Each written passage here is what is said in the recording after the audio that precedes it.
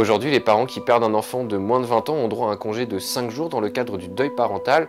Fin janvier, les élus de La République En Marche ont promis d'allonger la durée de ce congé après un premier refus qui a révolté les associations et les familles en deuil. Une erreur qui devrait être réparée au Sénat le 3 mars. À cette occasion, nous avons rencontré Sandrine. Elle a perdu sa fille il y a 3 ans d'un arrêt respiratoire.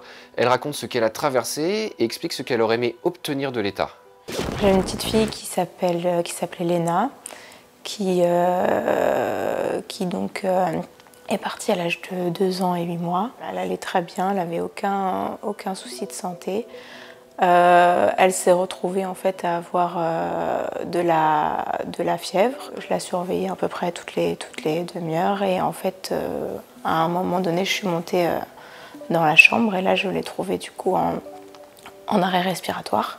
Enfin, en arrêt cardiaque en fait. J'étais moi du même infirmière en réanimation, donc je l'ai réanimée. Les secours sont arrivés, elle est restée 24 heures en réanimation. De là, après, on a dû faire un arrêt de soins parce que le cerveau avait été trop endommagé. C'est arrivé le samedi, dans l'après-midi. Elle nous a quittés le dimanche soir. Il n'y a aucun eu de signe. Quand je l'ai retrouvée, elle avait 40 de température. On a fait une autopsie. Et ils n'ont rien révélé. Ils pensent qu'elle a peut-être fait une crise de convulsive en fait, due à une forte fièvre. Et de là, elle aurait peut-être fait, vu qu'elle était allongée dans son lit, peut-être un arrêt respiratoire, mais ils ne savent pas en fait. Ça n'a jamais été, pour l'instant, déterminé. On ne sait toujours pas la cause réelle. Jusqu'au à peu près jeudi, j'étais complètement ailleurs, enfin, comme si... je ne réalisais pas du tout en fait. Je dormais pas, je mangeais pas, enfin j'étais complètement choquée. On se dit que c'est un cauchemar, que c'est pas vrai en fait, on réalise pas du tout. Et j'arrivais plus du tout à rien faire en fait. J'ai utilisé mes 5 jours dès le début. Dans ces 5 jours où j'étais dans la bulle, ça m'a juste permis d'apprendre, déjà à encaisser le choc parce que c'est à partir au bout de 5 jours que j'ai réussi enfin à dormir, à manger, à vivre un minimum déjà. Après, il y a eu toute l'organisation administrative qui s'est faite, donc préparer l'enterrement, régler toute la paperasse, parce qu'énormément, forcément, il y a pas mal de paperasse, c'est des détails, mais bon, il y a toujours plein de trucs à organiser. Heureusement que j'avais beaucoup de monde autour de moi qui ont pu m'aider à organiser, parce qu'honnêtement, moi, pour tout ce qui s'est passé à la suite, la préparation de l'enterrement, de l'autopsie, tout ça, j'étais pas du tout dans le... je venais, je regardais, mais je faisais rien en fait. Le 30 janvier dernier, le député UDI Guy Bricourt propose à l'Assemblée nationale une loi visant à allonger la durée du congé de deuil parental de 5 à 12 jours.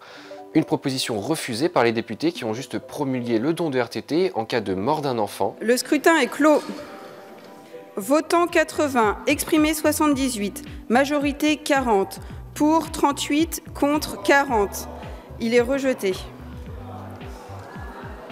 Cette décision a été jugée scandaleuse par énormément de monde dans la sphère publique comme politique et a valu à la majorité d'être rappelée à l'ordre par Emmanuel Macron.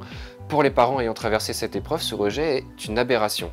5 jours, concrètement, ça ne suffisait pas. J'ai dû d'ailleurs me mettre en arrêt maladie après, parce que de toute façon, je ne pouvais même pas reprendre le travail parce que je n'en avais plus, étant donné que je ne pouvais pas retravailler là où j'étais. 5 jours, quand on réfléchit, même psychologiquement, pour la perte d'un enfant, c'est dérisoire. Moi, ça voudrait dire reprendre mon travail directement après l'enterrement, le lendemain ou le jour même. C'est impossible. Psychologiquement, c'est complètement impossible. Étant donné que j'étais en réanimation, je ne pouvais plus du tout travailler en réanimation, rien que le fait d'entendre le mot arrêt cardiaque ou d'entendre les machines des respirateurs, parce que avec ma fille, je les ai vécues pendant 24 heures. Malgré que je les connaissais à la base, mais là je pouvais plus du tout les entendre en fait. À partir du moment où un enfant disparaît, en fait, c'est tellement pas dans la normalité en fait, donc c'est mis nulle part. On va dire des choses basiques, mais par exemple, moi, pour faire la déclaration d'impôt, par exemple, il n'y a pas marqué, où j'ai dû appeler les impôts, où on met la case... Parce que enfant à charge, il y a enfant à charge et j'avais plus de case, je savais même pas ce qu'il fallait faire. Faut juste barrer l'enfant. J'avais 2 enfants. Donc quand on a 2 enfants, on a droit à un congé parental de 2 ans. Quand on en a qu'un, on a un congé parental de 6 mois. Ma deuxième fille en avait 10 mois. Donc du coup, tout s'est stoppé À partir du moment où le décès s'est effectué, en fait, je n'ai plus eu droit à rien. Il devrait au moins y avoir un suivi, même psychologique, organisé, je ne sais pas, peut-être voilà, des psychologues qui pourraient être vus gratuitement. Mon mari, il a été voir un psychiatre parce que voilà, le psychiatre est pris en charge par la sécurité sociale. Le psychiatre lui a dit, écoutez, vous n'êtes pas malade, vous n'avez pas besoin d'un suivi psychiatrique. Donc il faut, si on veut voir quelqu'un quand on est malade, il faut voir un psychologue qui nous coûte 50 € la consultation toutes les semaines. Donc il n'y a même pas d'aide psychologique. En dehors de ça aussi, voilà, avoir même des aides qui mettent en place, peut-être des aides même financières pour ce genre de soucis. Je pense que voilà, on n'est pas nombreux aussi, enfin on n'est pas nombreux à perdre un enfant, donc je pense que voilà, ça pourrait être mis en place. On ne guérit pas, hein, mais ça pourrait au moins apaiser au moins les 2-3 premiers mois où on souffre, ça pourrait au moins nous apaiser à ce niveau-là, quoi.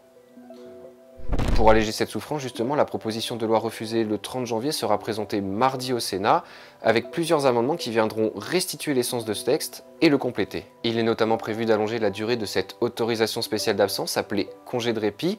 Elle ne sera plus de 5 jours, ni de 12 jours comme c'était initialement prévu dans la loi, mais de 15 jours. Ce texte amélioré prévoit également le maintien des droits aux prestations familiales pendant un délai indéterminé après le décès. Il envisage aussi la création d'une allocation forfaitaire en cas de décès d'un enfant à charge.